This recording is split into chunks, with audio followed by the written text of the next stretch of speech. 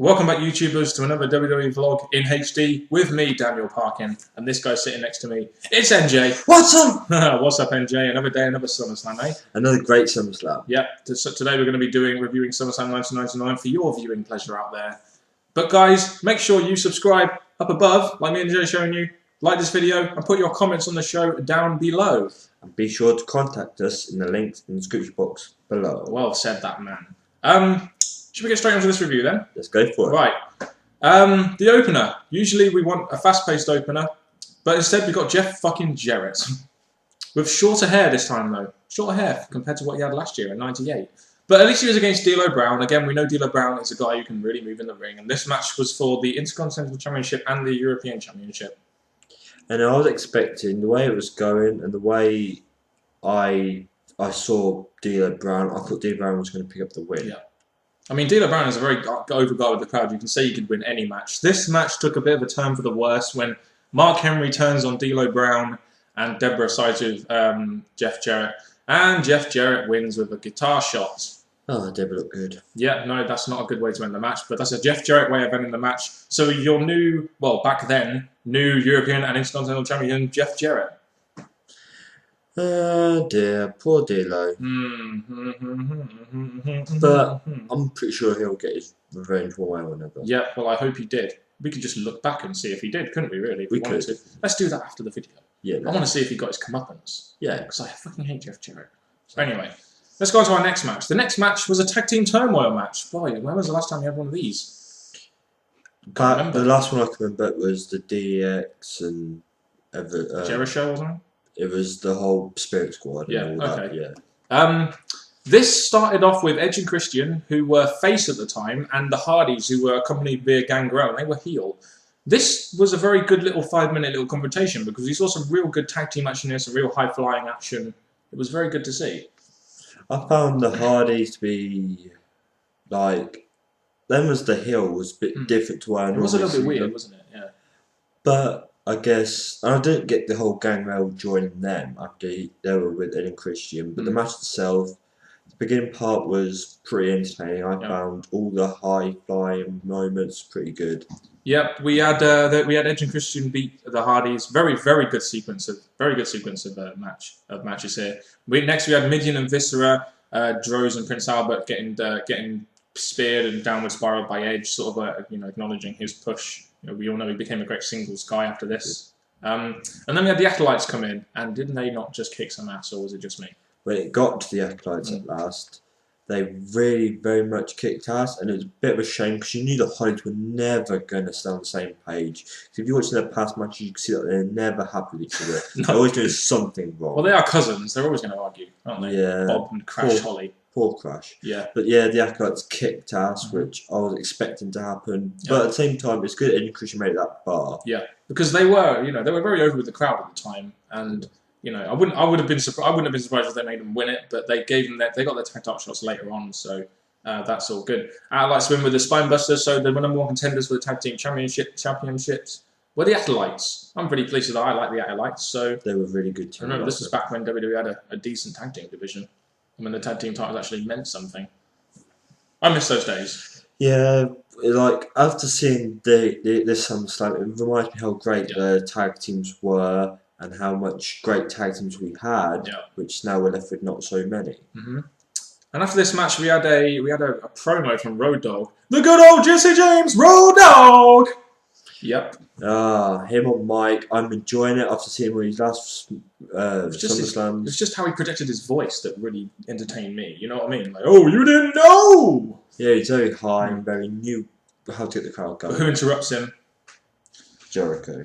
Break the walls down! Yeah, man. I thought Jericho did alright in this round. He was standing up on the top of the stage, basically talking down to Road Dogg. It was a very good promo. Jericho back in his sort of younger days when he was a heel. When he was first on the scene in WWF, so... well, you know what, Jericho? I've got 2 words for you.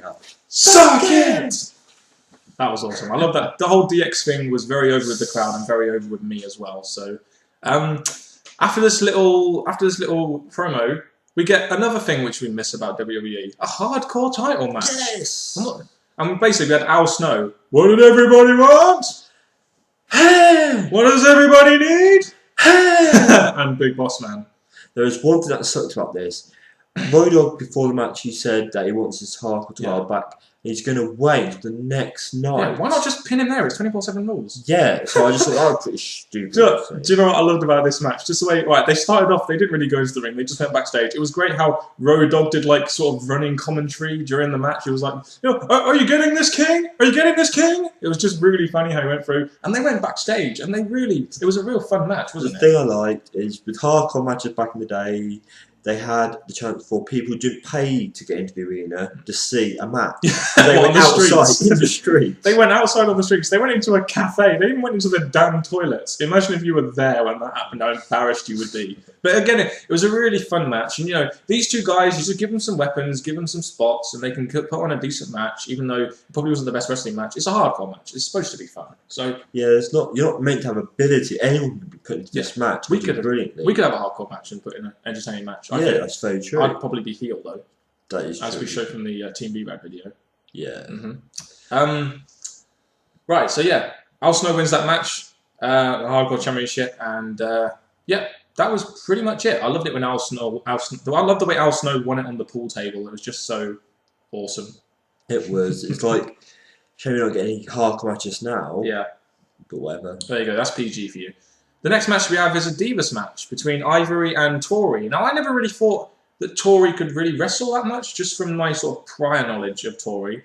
But I was actually pretty impressed with this match. I thought it was a pretty decent match. Although the end was botched, it was still pretty good, I thought. And another thing I'm going to keep bringing up is the video package they had before. It helped me explain what was going on and what has happened between the two. I liked that. So this match had some meaning to it because of the promo before. Yeah, and although the ending was very botched, Ivory wins. She is sort of like, she was a very good Divas wrestler, Ivory, wasn't she? And she was a good women's champion. And then after the match, you see Ivory stripping Tori, and then Luna coming out. Chasing her out. I was like, okay, that was a bit weird, but there we go. But I guess they have, even though it's not PG, they had to do some protection there, so they won't really let her stand up topless. Yeah. No. Overall, I thought that was a pretty decent Divas match. It was a lot better than I was expecting, put it that way.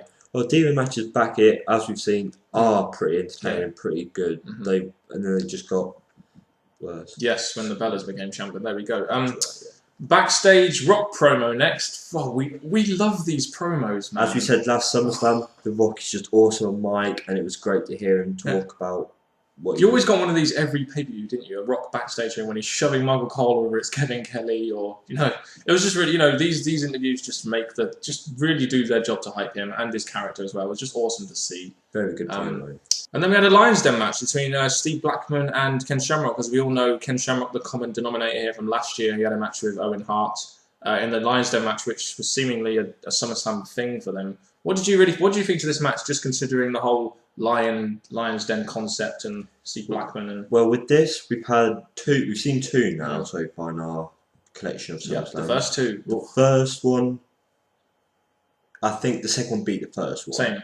Even if the weapons weren't used, I think it would have been a great match between Steve Blackman and Ken Shamrock. Yeah, I mean, the weapon usage was really good. I just like Blackman's style. I just think his style as a wrestler and as a weapon user is very entertaining, which is why this match was good. These kind of matches are supposed to be brutal, so the introduction of weapons kind of did this a lot better than the last match, which the one with Owen Hart, just because it was more brutal and it was just more entertaining that way, just to be like a sort of death match, kind of UFC style. And talk about the brutality of this match. It did get so brutal enough that Ken Shamrock was knocked out at the end. And that's how Ken Shamrock won the match, wasn't it? Yeah. Didn't he hit him over the head with a kendo stick, didn't he? Knocked him down, he did. Kendo sticks, man, they really do hurt. Overall thoughts on that match then? I thought it was better than last year's one. It was pretty decent. Yeah, I got entertained watching it. I was watching all the way through and thought it was a good match. It went on for 10 minutes as well, which is a good amount of time for that kind of match. I think, yeah. And the next match we had was Test versus Shane McMahon. This was a love her or leave her match. I think it was because the whole thing was that Test was going out with Stephanie McMahon and Shane McMahon had disapproval of this relationship or something. That's how this match went down. Well, I get that, because obviously he's been a protected brother. Yeah. But the match itself, I think, had a load of good spots which made the match entertaining. You know, when Shane's in a match, he's going to try and impress the fans there. Yeah. And we had the The Mean Street Posse, or how I like to see, the 3 biggest jobbers in WWF history, apart from Brooklyn Brawler. But they did their job. Oh yeah, as helping Shane, which was good. The best thing about this match was the spot that Shane did off the top of the top rope through the announcers table, and then you had like him hitting like. Shane McMahon hitting Test with pictures of the Mean Street Posse, and they had their own little set on behind this, on the side of the on the side of the ring and everything. They had their own soap. Yeah, I thought it was good, but we had another interruption later in the match from Joe Briscoe and Pat Patterson to help Shane. Of course, they helped Test win the match, didn't they? And they did. Yeah. So Test wins, and then all of a sudden Stephanie McMahon comes out and starts hugging Test, and we all know what happened from there, don't we? Yeah, they did their little celebration. And Triple H started going up with Stephanie that came next later. year, which is what many people think aided his push to the main event. Maybe so. There we go. One problem I had with this match was the referee got distracted too much, and if it's a no disqualification match, which this seemed like, what was the point in the ref bumps? Do you know what I mean? That kind of ruined the match and the flow a little bit for me. I don't know. Just Shane McMahon in a match can always take good bumps. He's never guaranteed to put on the best wrestling match, but he can always take good bumps and really entertain you, which is why I think he was a good candidate for this match with someone like Test, who was a bigger guy, by far a better wrestler. That is true, yeah, I'll say that. The next match we had was the Unholy Alliance, which consisted of Undertaker and Big Show, very weird pairing, versus X-Pac and Kane, another weird pairing. And with 2 weird pairings comes the World Tag Team Championship. That is true. I was like, even though I understood that Kane and X-Pac, because I've done a bit of research and watched a few matches, that made sense. But Undertaker and Big Show, I didn't quite like that. 2 really big guys that Taker always sees as a single wrestler, so for him to team up doesn't really see it. The match itself, there's a lot of back and forward action, both being dominant against each other. Yeah. The problem for this match for me was there's 3 guys in there you just don't want to see in a tag team match. I mean, Kane and Undertaker maybe together, but you just don't want to see this in a tag team match. This kind of ruined, the match is very slow. Tag team matches usually want to be very fast paced because there's 4 people in the ring, but this one just did not have really too much pace to it. I didn't think it was a very good match. I didn't like the outcome. I think I at least expected X-Pac and Kane to win, but Undertaker and Big Show got the win, I guess. I just didn't like this match as a whole. I really didn't like the concept or the wrestlers in it, and how they had to do the match. No, I was looking back at it and thinking that was probably one of the worst matches of this pay-per-view. Yeah, definitely. I'll say that. Even though you're a big Kane fan. Well, a very big Kane fan, but at the same time, seeing that, yes, Kane tag team's good, but in that particular match, no. Okay then. So that really wasn't a very good match for us, the British Fist, but there we go. The next match we got was The Rock versus Mr. Ass in a Kiss My Ass match. Now, the thing that you saw last year, Rock losing the Intercontinental Championship. Well, you'll know later he went to go into the main event. But by this time, he was very over with the crowd. He got probably one of the biggest pops of the night. And this match, although I didn't like the concept, I still liked The Rock being in it and winning the match, even if it was against someone who's Mr. Ass, who, in my opinion, has never really been more than a mid-carder. Well, the thing is, in the match, I will say that Mr. Ass did put on a good fight. The way he moved, I thought, God, you're not doing too bad against The Rock. And The Rock himself, of course, he's going to put on a good match all the time, because it's just how The Rock is. And we have Mr. Ass bringing in that large lady. She lifted up her skirt so that Mr. Ass, and that wasn't a very good sign. That made me feel sick. And then The Rock shoved Mr. Ass's head into the ladies behind. That was really funny. Hits the rock bottom, hits the people's elbow, gets the win. And pretty much I expect that was going to come. 10 minutes, decent amount of time. The concept itself kind of was a bit weird, but them to win a standard wrestling match, I wouldn't have minded. I suppose the Kiss My Ass bit there was supposed to just a little bit add a bit of X factor to it. I don't know. I guess it's different, yeah. Yep. And then we get on to our main event, which was based which was Triple H versus Stone Cold versus Mankind for the WWF title with Jesse Ventura as a special referee. My God, Jesse Ventura is fucking huge, isn't he? He's huge, and as a referee, I know he's doing one place because it was where the ring was going, but he played a pretty good referee. Yeah. It was his rules. He didn't. Got 1 minute. He didn't count for Triple H. Oh, that was so funny when Triple H hit Mankind with the chair and he didn't count for him. He just went. Yeah, then he got in his face, and then Stone Cold got up, and it was all good good stuff from I didn't, when I first looked at this match on card, I was thinking, Mankind won the match, of course. I was thinking, this would be a great moment, a great happy moment for me because I was one of those guys that did like Mankind's little comedy character. But then you look at what happens, what surrounded this, and we realised that it was because Austin didn't want to give up the belt to Triple H.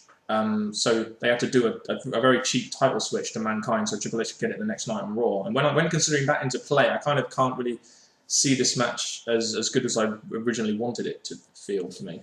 No, but the thing is, we don't really know why he didn't want to lose to Triple H. If there is anyone out there that does know, please tell us.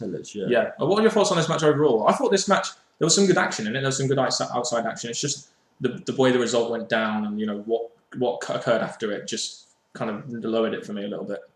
Yeah, I was kind of thinking that we should have just given it to Triple H that night. Yeah. Because it would have made not more sense, but it would have made the whole dropping it the next night a lot more better. Because dropping it next night is not really fair on Mankind or the match itself. Great to see Mankind win a WWF title, though. Great to see Mick Foley lifting up the gold in the main event. We feel. I think he deserves it. He's taken so many bumps and he works very hard for the company. So. Yeah, and he did do pretty good in that match. I'll give him that. Yeah. Okay then. For a main event, what would you kind of rate that as? I think it was decent. It was worth watching. Yeah. I'm going to give it a thumbs up. It was entertaining. It got me watching to the end. And it's good to see how Triple H had evolved from a mid-carder, and then he was very big built to the main event. You could tell he got a bit of a push, and sort of Vince McMahon was saying to him, you've got to train up a little bit if you're going to be in the main event, Hunter. That's pretty much it. Which was good to see. And it was a good way to finish with Summerslam. Yeah, it was a pretty decent way. And then we had Triple H attacking Austin after the match, which probably took up Stone Cold. Yeah. That was because Stone Cold had an injury, didn't he? And they actually had to that's why they did the whole running over with the car thing after this, so he could break from his injuries. I think he had a neck injury or something. So that was all done to aid that, I feel. Yeah, which is good because it built Triple H's heel character more, so it's all good. Definitely, I'll never forget Triple H and Rock's feuds. No, that'll probably be coming. Yeah, that probably will be coming in the future SummerSlam. I hope so. Thoughts on this SummerSlam overall then, MJ? Minus the tag, I'll say I was very entertained. Every match had something I liked in it, so I'm going to give it if I had to grade it as well, it'll be B to B minus. I can't really give one because it's good points, but then it's bad. Second D in a row for you then, really? Yeah, it has. Sometimes doing good. I'm pretty much on the same level as you. I mean, there was a lot of good matches in here. The concept matches are very good. It's good to see hardcore title matches. Good to see an elimination tag team match, which was very good. I didn't like the fact they opened with Jeff Jarrett winning, but that's just me. And the tag title match was a bit off as well. But to see Mankind lift the belt, The Rock win a match, to see Edge and Christian and Hardy Boys putting on a decent fight, it's a big show. And the good thing is that the result of the matches, I think they're going to all lead to something else that will make the SummerSlam make more sense and more entertaining. We'll have to see at SummerSlam 2000 anyway, which is the next one we'll be reviewing. Make sure you guys put your thoughts on the SummerSlam 1999 below, of course. We have been the British Fist. Ka-ching. Coming at you with our SummerSlam review series. We thank you very much for watching once again, and goodbye.